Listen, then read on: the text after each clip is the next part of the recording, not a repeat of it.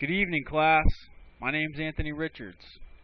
My Pulitzer Prize presentation is on the photograph commonly known as Meredith Shot on Highway 51.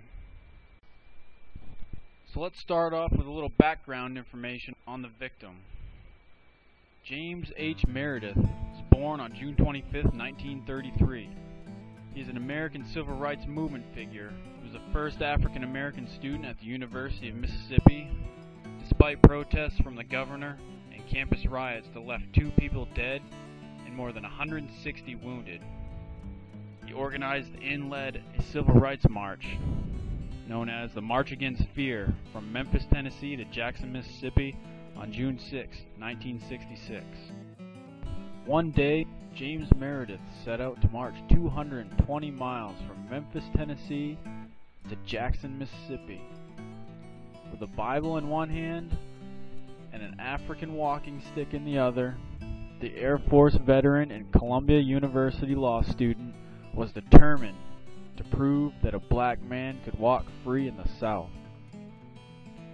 His ultimate goal was to inspire other African Americans to go to the polls and vote.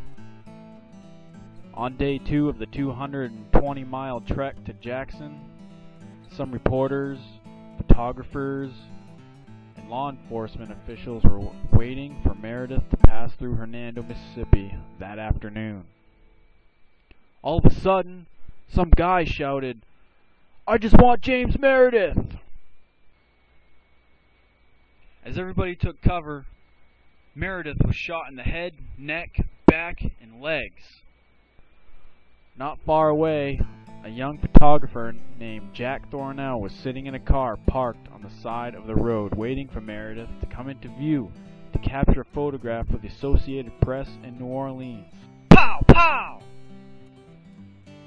Thornell jumped out of his vehicle and started clicking away with his 2 cameras, using up all of his 2 rolls of film. So after he exhausted his 2 rolls of film on both cameras, the 26-year-old photographer jumped back in his car and raced back to Memphis, worried that he was going to get fired because he hadn't gotten a picture of the assailant and the victim all in one shot. The gunman, an unemployed hardware clerk from Memphis named Aubrey James Norvell, was apprehended at the scene of the shooting and pleaded guilty before the case went to trial. He served 18 months of a 5-year prison sentence, then all but dropped out of sight. Now, 84 years old, Norvell lives in Memphis. He declines to discuss the past. When people saw the photograph in newspapers and on TV, when they saw what actually happened down south, they couldn't believe it.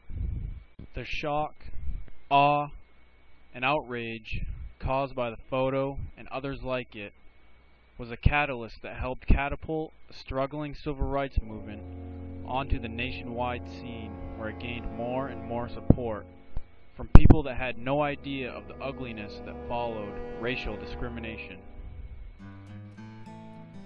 After Meredith was shot, civil rights leaders gathered in his hospital room. Among them, Martin Luther King Jr., Stokely Carmichael, and Floyd McKissick.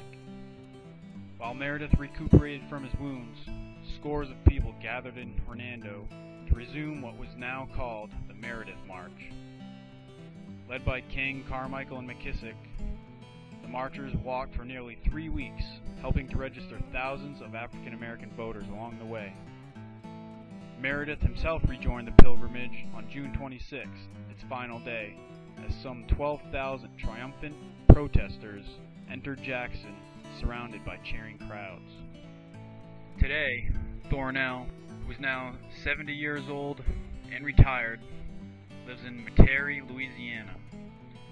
He says his one lasting regret about that day 4 decades ago is that he didn't put his camera down to help the wounded Meredith. I think the photo of Meredith Shot on Highway 51 is by far worthy of a Pulitzer Prize. All in one shot, as was quoted earlier, it captured the struggle and hardships that African Americans fought through to attain equal rights. Not only does the image provide a grim outlook of the hardships of the civil rights movement, but no other person would have done that photo justice better than James Meredith and what he fought for.